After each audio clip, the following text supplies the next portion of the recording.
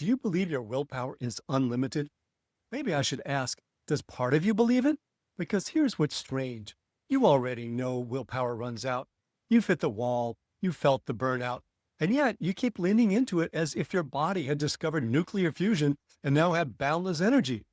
Why do you keep overdrawing your emotional and physical checking accounts, even when the bank fees are killing you? I'm Gary Trosclair, and today we're going to answer that question. Let's look at why we act like willpower is nuclear fusion.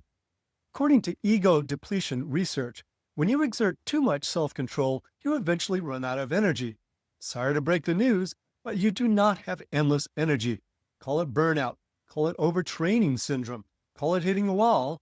It's reality. But this probably isn't news to other parts of you, the other parts that suffer the consequences of running on empty far too often. While willpower can be a great thing, it can be destructive as well, and I want to help you to use it wisely. By willpower, I mean the determination to override fatigue, fears, and fancies to achieve a certain result. Willpower run amok tells you that it can master all the other parts of you and that it is the better part of you, better than the part that has other ideas about what to do with a Saturday afternoon, like lying in a hammock and listening to Nora Jones. Our analogy for today is simple. You have a gas tank inside of you.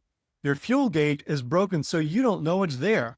Willpower takes over and keeps telling you, keep driving, I've got this. You keep thinking, man, this car gets amazing mileage, I can make it to Timbuktu. But instead, you keep running out of gas in the most inconvenient places, and you have to keep using willpower to walk to get more gases. Wince and repeat. For a while. Eventually, you ruin your engine by running on empty far too often, and everything else is a non-starter. Just in case my analogy isn't clear, the tank contains your energy, fueled by a sense of who you are and what you value, your identity and your motivation. When your gauge is broken, you're out of touch with these. You don't know what you feel physically or emotionally. Willpower is your determination and drive, healthy or unhealthy. When you run out of gas, you make up a story about what's happening and you rationalize carrying on as usual. The results can be painful. The broken gas gauge is akin to alexithymia, the inability to give voice to our feelings, the unspeaking heart. You can check out episode 114 for more on this. Why do we do this to ourselves and what can we do about it? In order to answer this, I'll explore the results, causes, and solutions for the overuse of willpower. First, I'll review the research data about depletion theory. Then I'll talk about why people keep draining themselves despite the consequences. Finally, I'll offer some suggestions about how to get these facts past that stubborn brain of yours and into your gut so that you can actually change how you behave and feel. So first, we're going to talk about results. Frequent depletion leads to long-term deterioration. Willpower is a great tool to help us reach our goals, but without contact with body, values, and emotion, it can take over and become a destructive boss. It likes to think of itself as unlimited and upright, but the research indicates that it's in fact finite and potentially toxic. Once we start running on empty, we make mistakes, make our health worse, and make it less likely we'll reach our goals. Over time, it erodes our physical and mental systems. This doesn't mean that we're weak. There are lots of people with incredible willpower and self-discipline who had to slow down because willpower pushed them too hard. They tried to go too far on a tank of gas without recovery. Ask Simone Biles or Michael Phelps.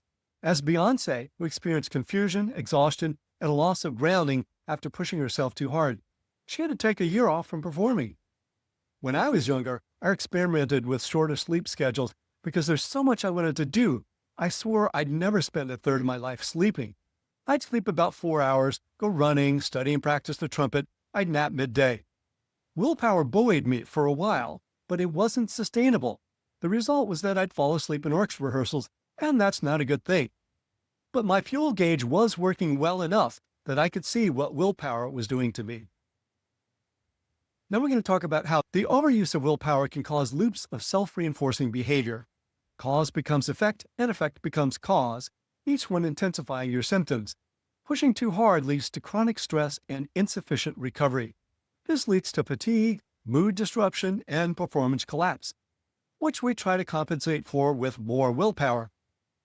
It's bad enough having low energy, But then we make the situation worse with accusations of malingering. There's nothing wrong with you. You're just weak and lazy. Next thing you know, you're driving your partner, parents, or colleagues to up their Prozac or increase the frequency of their own therapy because you're getting too difficult to be around. Returning to our fuel tank analogy, repeatedly draining the tank of energy because your gas gauge is broken damages the system it's supposed to empower. You can use willpower to push through occasionally, but do it too often and then it's not just that the tank is empty, the whole system is deteriorating. For example, let's talk about Melissa. She worked at a middle school in a poor neighborhood. Resources were scarce. When funding cuts made things worse, she pushed herself to work harder. She committed to lighting a candle rather than cursing the darkness. She used willpower to get herself to work in the morning. Her motivation to help was genuine, but there was also pride. Strength was her identity, and damn if she was going to let politicians, bureaucrats, and school principals take that away from her. She eventually had to take medical leave because she was clinically depressed. She tried to return to work, but eventually had to resign. She ended up finding a position at another school with a lower salary but better life balance. It took her years to recover from the sense of futility she tried to push past at her old school. It's true that other teachers were able to endure it at that old school, but they knew how to pace themselves.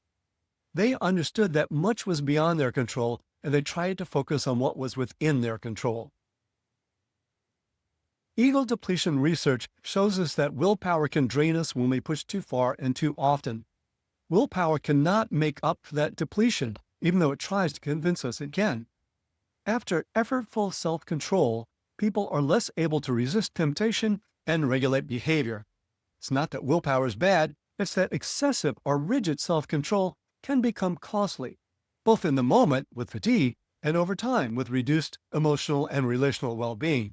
Once you've exercised excessive self-control for too long, you might find it harder to resist naps, irritated reactions, binge watching television, or having sex with that certain someone whom we won't mention. Trying to push through without sleep diminishes performance, disrupts hormonal activity, and makes it harder to recover.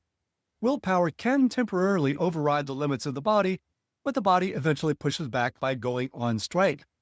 This might make you wonder, just for instance, is this why places where sexual abstinence is the suggested solution to raging hormones actually have higher rates of unplanned pregnancy? It's not that willpower exactly causes it, but it doesn't lead to the prescribed purity either. Self-control is not a viable solution to resist the evil one in the heat of battle. Instead, it can drive you crazy. Speaking of crazy, too much self-control is associated with psychiatric disorders, including depression, anxiety, perfectionism, inflexibility, lack of emotional expression, and problems in relationships. Hey, does that sound familiar to anyone here? I mean, like OCPD, obsessive-compulsive personality disorder, maybe? But is this always the case? Does everyone who exercises willpower always burn out? No. Some people use it wisely. It's how they push through that makes the difference. Motivation and identity can both affect the results of strong self-discipline. These factors turn out to be very important in recovery, as we'll see when we explore solutions. Now we're going to move on to causes. We could find many reasons that we can't stop overusing willpower, but let's narrow it down to two overlapping causes: limited identity and skewed motivation. Strength becomes an important identity to us for a reason. Without it, we would have felt far too vulnerable to cope with the real dangers around us. By identifying, I mean that you think of that, your strength, as who you are, and you behave accordingly. It's usually a very limiting identity. Those who are the doer-worker type of obsessive-compulsive personality often fall for the idea that if I just try harder, I can do it. For them, productivity is a sign of their strength, and they will sacrifice in order to get things done. Staying up late, foregoing self-care, and short-changing relationships can result. Let's now talk about identifying with the archetype of the hero, heroine, or saint. Archetypes are universally occurring potential for a cluster of experience and behavior lodged deep in the unconscious. These are roles we can easily fall into. Archetypes can put us into ruts or grooves depending upon the motivation involved. This is one reason why otherwise reasonable people can't be reasonable about their limitations. Something deep inside their unconscious tell them that they can, and must accomplish miracles. If you've ever enjoyed a movie where a hero or heroine goes above and beyond to save the world, you're vulnerable to identifying with the archetype of the hero or heroine, and that's most of us. Heroes succeed through willpower. The saint also uses willpower to avoid temptation, to engage in sacrifice, and to be a good person at all times. Too often, this approach has led to disastrous results. People who try to use willpower to outrun their sexual desires, for instance, by becoming a saint, often run out of self-control and perpetuate the worst sexual crimes. Beware your hero, heroine, or saint complex, which, while it might get you through tough times and accomplish amazing things, it is not a sustainable identity. You need to take off the cape occasionally. You might also use excessive willpower because you feel you need to prove yourself. You might think you're worse than others and have to catch up. Or you might feel that you appear worse than others and you have to prove yourself. And this might actually be true if you're a minority, but that would take us too far afield, and I'm not the best person to explain that. The effects of externally motivated willpower are similar to the effects of externally motivated perfectionism. Research indicates that if you're trying to be perfect because you want a great outcome, that can be adaptive. But if you're doing it because that's what you think others see as the goal, it's more likely to be maladaptive and lead to outcomes such as depression, anxiety, shame, and procrastination. Our fuel tank analogy is itself limited. I've been running it into the ground. This tank has no choice in how often it gets drained, no sense of what it's providing fuel for, no way to refill itself, and no gratification for giving fuel. You, on the other hand, do. You have choices that give you energizing direction and gratification, if those are operative in you, if your fuel gauge is working and you know what's happening inside of you. For example, let's take Raphael. He grew up in a poor family without much to be proud of. There was shame about their family's status. Determined to get out of a bad situation, he avoided socializing with the bad kids and the good kids. He got paper routes. He returned bottles. He went to community college, state college, and eventually managed to get a good paying job as a manager. He was pedal to the metal all the way. He wasn't crazy about what he was doing for a living, but hey, at least he had a job and an apartment and a car. Nothing to be ashamed of anymore. In his late 20s, Raphael began to feel twinges of something different. Maybe he could slow down or enjoy himself. It was as if his fuel gauge was starting to work again. It occurred to him briefly that his motivation for living could be different. But willpower objected and took over again. It said this was no time to rest on his laurels. Raphael started to have trouble getting up in the morning. In the evening, all he wanted to do was drink and play video games. He used to call his father once a week, but he couldn't do it anymore. He couldn't find the energy for it. He knew that he had pushed himself for a long time and that he might be reaching burnout, but that was just a thought, one that could not halt the relentless drive to exercise control. But something else did halt the drive. His body went on strike against willpower. And for once, even willpower couldn't push him anymore. He had to pay attention. He got help and eventually got his fuel gauge working again. Then he could make conscious decisions about how and when to enlist willpower. He no longer lived just to prove that he was acceptable. So we're going to talk about motivation now. Is it desire or necessity? Is it arrogance or responsibility? It's one thing to want to achieve great things, but the outlook is not so good if you feel that you have to do it to live up to external standards to prove yourself. The effects are different. If you operate out of desire and passion, actively and consciously choosing to work hard, you're more likely to get your tank refilled with inspiration and fulfillment. But the motivations driven by need and should are more likely to lead to depletion. When your fuel gauge isn't working, you're more likely to look to others for validation, and that's less satisfying, so you're more likely to burn out. You may also end up in the hyper-willpower mindset because you feel you've been given more and should therefore give more. You should expect more self-control, more self-discipline, and more willpower than you would expect of others. This mindset used to be known as noblesse oblige, meaning if you're noble, you have an obligation to behave honorably, responsibly, and generously, engaging in service, stewardship, and protection. If you've got the goods, you've got to give them up.